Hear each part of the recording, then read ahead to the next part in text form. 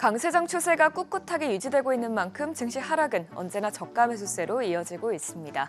어제 시장이 크게 빠졌던 만큼 오늘은 3대 지수 모두 초록불을 켰는데요.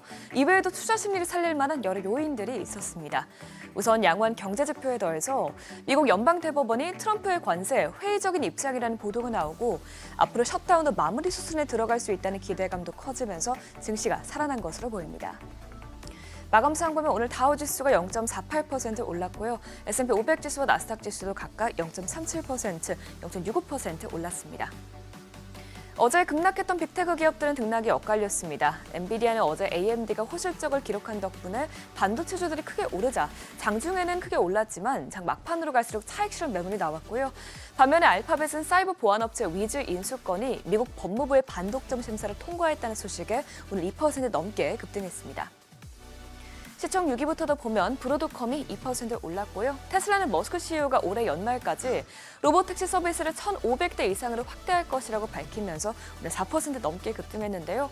다만 테슬라는 단기적인 리스크에 처해 있죠. 현재 머스크의 1조 달러 규모 보상안 투표가 예정이 돼 있는데 만일 이번 보상안이 통과되지 않으면 월가에서는 테슬라 주가에 상당한 영향이 생길 수 있을 것으로 보고 있기 때문에 주가 변동성 주의해야겠습니다. 이런 가운데 오늘은 일라이릴리도 강세를 보였는데요. 현재 시간 목요일에 일라이릴리가 트럼프 대통령과 비만 치료제 약값 인하를 발표할 것으로 알려지면서 주가가 이렇게 뛴 것으로 풀이됩니다. 시장은 오늘 나온 고용지표에도 주목했는데요. 너무 낮지도 높지도 않게 나온 수치에 투자자들은 안도의 한숨을 내쉬었습니다. ADP에 따르면 10월 민간 부문 고용은 전월 대비 4만 2천 명 늘어나면서 두 달 연속의 감소세를 끊어냈고요. 전문가 예상치도 웃돌았습니다. 다만 임금 상승률은 정체된 것으로 나타나면서 이 완만한 고용 증가세에도 불구하고 인력 수요가 전반적으로 약화되고 있다는 신호가 나타났는데요. 이를 보고 전문가들은 이번 지표는 경기 침체 우려를 불식시키면서도 노동시장이 여전히 약하다는 것은 분명하기 때문에 이 12월 인하 계획을 탈선시키지는 않았다고 분석했습니다. 또 미국 경제의 큰 부분을 차지하는 서비스업 업황도 크게 개선된 것으로 나타나면서 침체 우려는 더욱더 수면 아래로 내려갔습니다. ISM에 따르면 10월 서비스업 PMI는 전월 대비 2.4포인트 오른 52.4를 기록하면서 경기 확장 국면을 나타냈는데요. 세부 지표도 보면 서비스 업황의 선행지표 역할을 하는 신규 주문 지수가 1년 만에 최고치를 기록했고요. 비즈니스 활동 지수도 54.3으로 반등하면서 전체 수치를 밀어 올렸습니다. 셧다운이 종료될 수 있다는 가능성이 나온 것도 간밤 시장에는 호재로 작용했습니다.